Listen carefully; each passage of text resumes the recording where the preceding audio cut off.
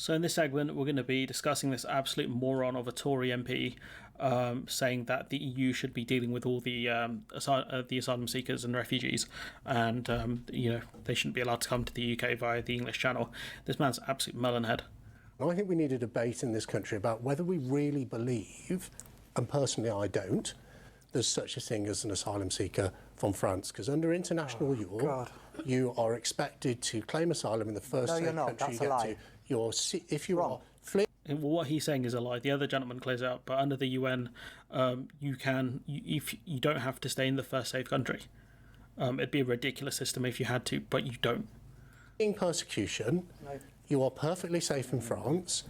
And should you go the extra step of paying tens of thousands of pounds collectively with other people in a dinghy and coming across the channel is an attack on our sovereign immigration policy. So let's say everyone stops. The government should try and stop. Let's just say everyone stops in France, right? What if France then goes, oh, actually, they came through Italy or Spain, so they've all got to go back to there? Then the whole global asylum system breaks down. The Refugee Convention does not say what you say, which is that you've got to stop in the first safe country. By the way, most of the 100 million that Suella Braverman said are all coming here, which is a lie, again, are internally displaced, actually, about half, nearly. The rest are in neighbouring countries. They have no intention of coming to the UK or Europe. Look, countries like Turkey have got millions of refugees living in their country. A few thousand get to the UK, many because they've got family links here, they've worked with the British Army in Afghanistan or Iraq or other places. They're not coming here. There's also the language thing as well. Some of them might speak English as a second language. With the Afghanistan point, I think the majority, the highest number, kind of their ethnicity of people crossing the English Channel now are from Afghanistan, people that we promised refuge to. And we told them if they can get to Britain, we will give them refuge. And then they were like, how do you get here? We said, figure it out. We don't care. So, the argument that the bold dude's making just don't make any sense. They are fleeing persecution. They're not fleeing persecution. That's not the point. The system only works if countries share. 50,000 people. Well, it was over 45,000 shouldn't be surprised. This is ridiculous. So you're saying France should take everyone and we should take nobody. That's the logic of your bill and what you just said. That is a matter internally within the European Union. No, it's not a matter within the European Union. It's a global matter. Because a lot of the people are coming over from initially going to Turkey, from Turkey to Greece, and then going to further into the EU, further into kind of Europe. And so, what if Greece just said, no, they're from Turkey, just send everyone back? It doesn't work. The refugee system doesn't work. I guarantee you, right? And I know it's certain people make certain comparisons. If this dude was around when certain groups of people during like the 1920s and 1930s were fleeing, he would say, nah, go to the first safe country, go somewhere else. Why are you coming here from Germany or Italy? Go to France. France is the first safe country for you guys, or go to a different one. Absolutely, just absolute moron. Wants the EU to deal with it. This is a global refugee problem. I think we need a global matter. This is a global refugee problem.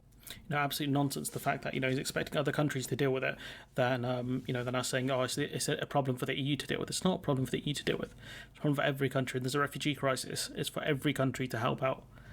And perhaps if we did, more to stop bad people, inflicting pain to people so they seek refuge in other countries, if we did more of that, if we helped the countries at source as well, if we gave more financial aid to Turkey potentially, or more help to the charities on the ground, maybe there'd be less people fleeing and you wouldn't have people crossing the channel. Maybe if you set up a processing centre in France and open up safe and legal points of entry for people to come here, we wouldn't be facing the problems in the English Channel.